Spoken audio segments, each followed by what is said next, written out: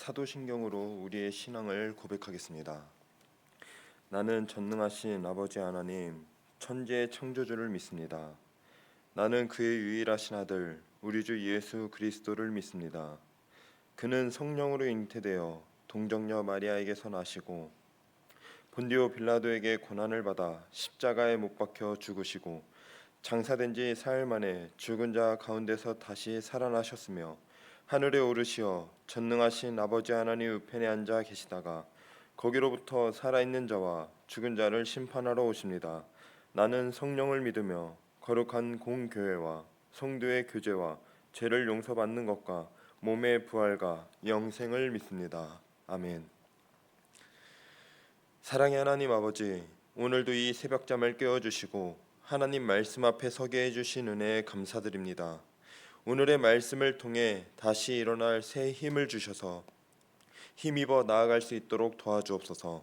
명절이 끝나가는 이 시간 가운데 우리에게 다시 일상으로 나아가 살아갈 때 하나님 자녀답게 살아가게 하옵소서.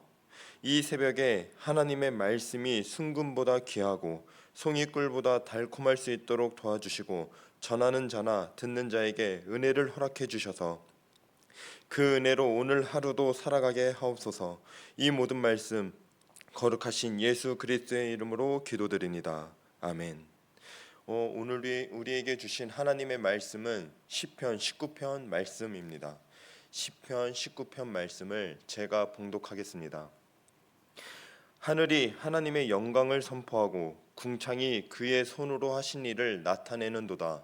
날은 날에게 말하고 밤은 밤에게 지식을 전하니 언어도 없고 말씀도 없으며 들리는 소리도 없으나 그의 소리가 온 땅에 통하고 그의 말씀이 세상 끝까지 이르도다.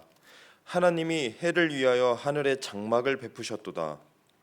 해는 그의 신방에서 나오는 신랑과 같고 그의 길을 달리기 기뻐하는 장사 같아서 하늘 이 끝에서 나와서 하늘 저 끝까지 운행하며 그의 열기에서 피할 자가 없도다.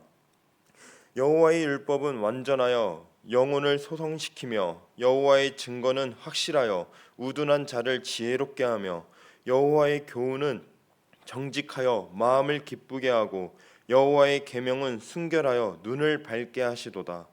여호와를 경외하는 도는 정결하여 영원까지 이르고 여호와의 법도 진실하여 다 의로우니 금 곧 많은 순금보다 더 사모할 것이며 꿀과 송이꿀보다 더 달도다. 또 주의 종이 이것으로 경고를 받고 이것을 지킴으로 상이 크니이다. 자기의 허물을 능히 깨달을 자 누구리요? 나를 숨은 허물에서 벗어나게 하소서. 또 주의 종에게 고의로 죄를 짓지 말게 하사 그 죄가 나를 주장하지 못하게 하소서. 그리하면 내가 정직하여 큰 죄가에서 벗어나겠나이다. 나의 반석이시오 나의 구속자이신 여호와여, 내 입의 말과 마음의 묵상이 주님 앞에 연락되기를 원하나이다. 아멘. 이 시편 19편의 말씀은 다윗이 이스라엘의 왕으로서 온 백성을 향하여 하나님의 권능과 위엄, 그리고 하나님의 의로우신 뜻이 하나님이 지으신 우주 만물과 주시는 말씀 속에 계시되어 있음을 말하며 하나님께 자신의 전 인격이 연락되기를 간구하는 시입니다. 1절 말씀을 보면 하늘이 하나님의 영광을 선포하고 궁창이 그의 손으로 하신 일을 나타내는도다. 다윗은 먼저 하늘을 바라보며 하나님께서 창조하신 우주 만물이 창조주 하나님의 신성과 하나님의 영광을 충만하게 드러내고 있음을 노래하고 있습니다. 이처럼 우주 만물의 장엄함과 그 광대함이 저절로 우연히 생겨난 것이 아니라 창조주 하나님의 그 창조 역사에, 그 창조 사역에 의해 비롯된 것이죠. 하나님께서는 인간들에게, 우리에게 이런 우주 만물을 통해 분명히 하나님의 존재를 알 수 있도록 자연 속에 자취를 남기셨습니다. 2절 말씀에 날은 날에게 말하고 밤은 밤에게 지식을 전하니, 우리는 살아가다 보면 종종 이렇게 생각할 때도 있고 이렇게 말할 때도 있습니다. 하나님은 왜 아무 말씀도 하지 않으시고 가만히 계시는가? 그러나 다윗은 그렇지 않다라고 분명히 말하고 있습니다. 하나님은 이미 말씀하고 계신다는 것입니다. 2절 말씀에 이 말하고에 해당되는 이 히브리어 원문의 뜻을 살펴보면 마치 창수가 밀어 닥치듯 또는 샘이 마르지 않고 계속해서 샘물을 뿜어내듯 말하다라는 의미를 지니고 있습니다. 하나님이 침묵하고 계시는 것이 아니라 우리가 듣지 않고 있다는 것이죠. 3절부터 6절 말씀에 등장하는 이 하늘과 해는 비록 말을 할 수 없는 피조물이지만 그 자체로서 아주 선명하게 하나님의 영광을 담아내고 있습니다. 특히 4절 말씀에 보면 그의 소리가 온 땅에 통하고 그의 말씀이 세상 끝까지 이르도다.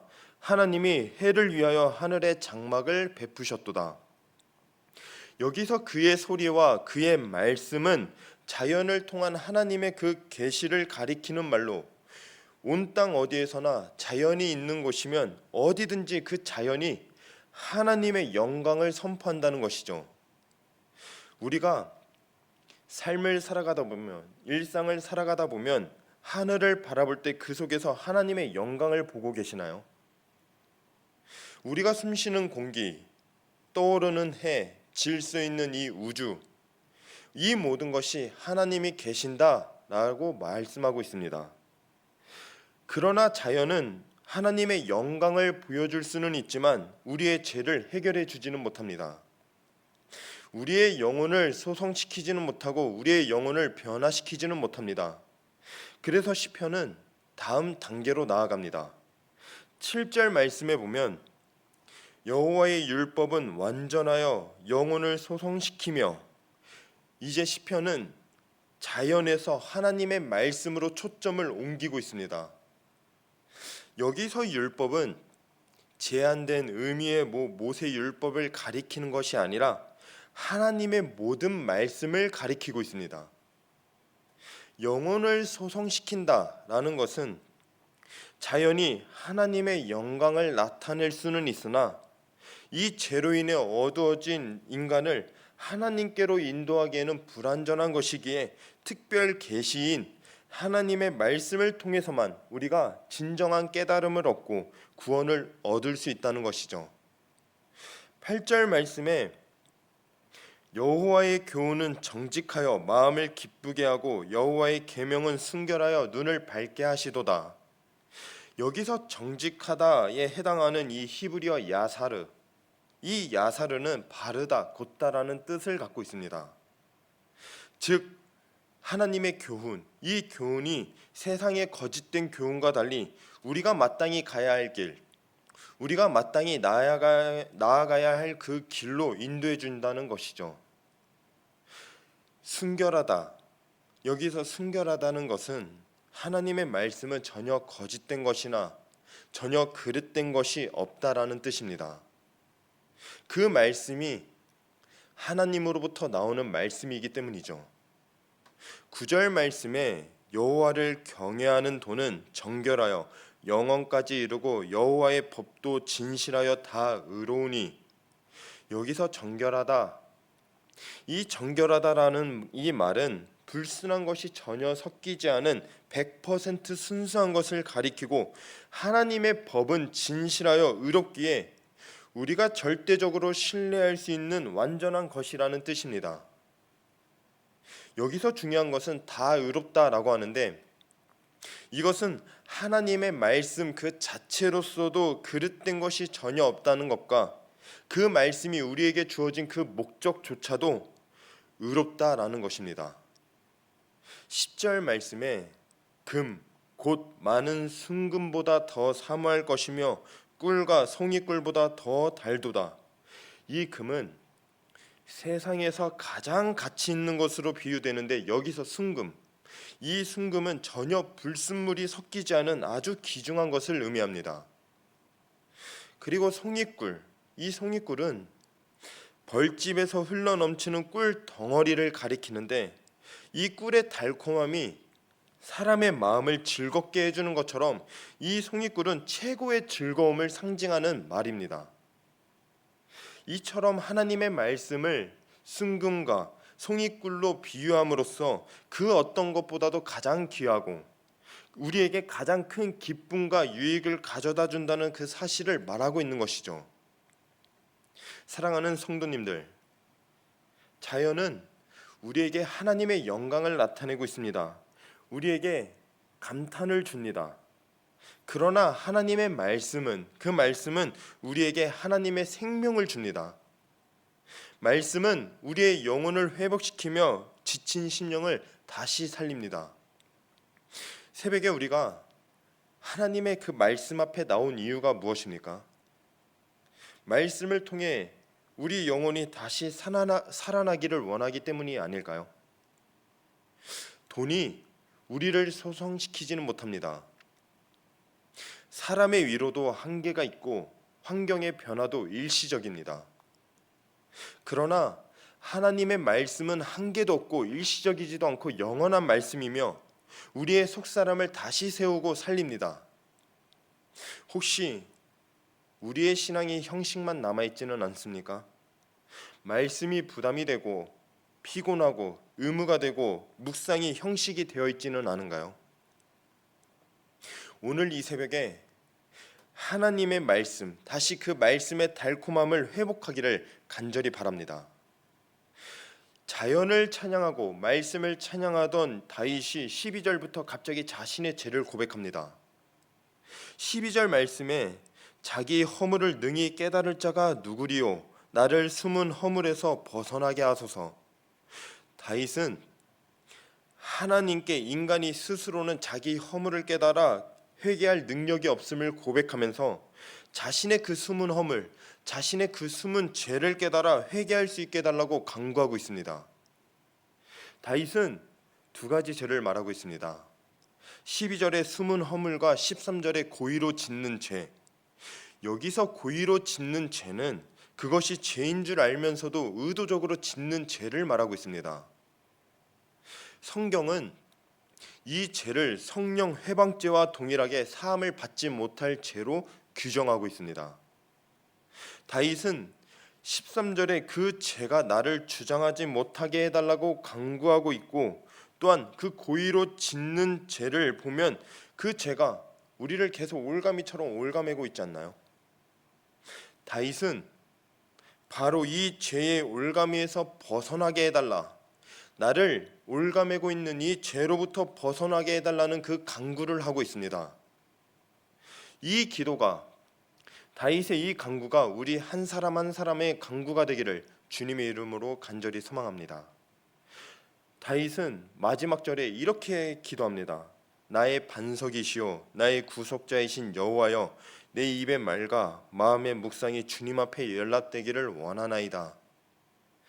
하나님이야말로 어떠한 상황에서도 반석처럼 힘과 피난처가 되시며 또 자신의 그 죄의 문제를 깨끗하게 해결해 주실 자, 그 죄로부터, 자신의 죄로부터 곧 구속해 주실 구속자 또는 용서해 주실 자가 되어달라는 그 간구인 것이죠.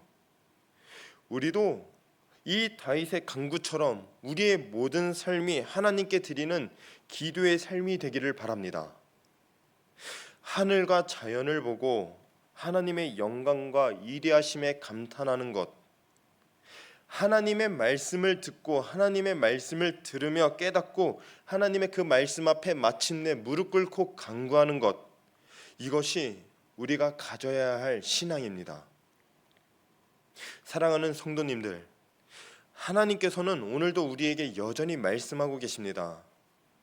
말씀은 오늘도 우리의 영혼을 살리고 있습니다. 이제 우리의 입술과 우리의 마음이 하나님께 연락되는 하루가 되기를 바랍니다. 하나님은 침묵하지 않으시고 지금도 여전히 말씀하시고 계신다는 것을 기억하며 오늘 하루의 삶을, 오늘 우리에게 주어진 이 하루를 살아내는 여러분이 되기를 주님의 이름으로 간절히 소망합니다. 이 시간 오늘 주신 말씀을 생각하면서 하나님이 창조하신 그 만물을 보며 하나님의 영광을 보고 하나님의 말씀을 통해 우리의 영혼이 소성되고 그 말씀을 무엇보다 귀히 여기며 이 죄로부터, 우리를 올가미처럼 올가매고 있는 이 죄로부터 자유함을 얻을 수 있도록, 또 이 대한민국을 위해, 또한 다음 세대가 성경의 그 믿음의 뿌리를 잘 내려 잘 성장할 수 있도록, 또한 특별히 아픈 환우들을 위해 정말 간절히 기도해 주시기 바랍니다. 다 같이 기도하시겠습니다.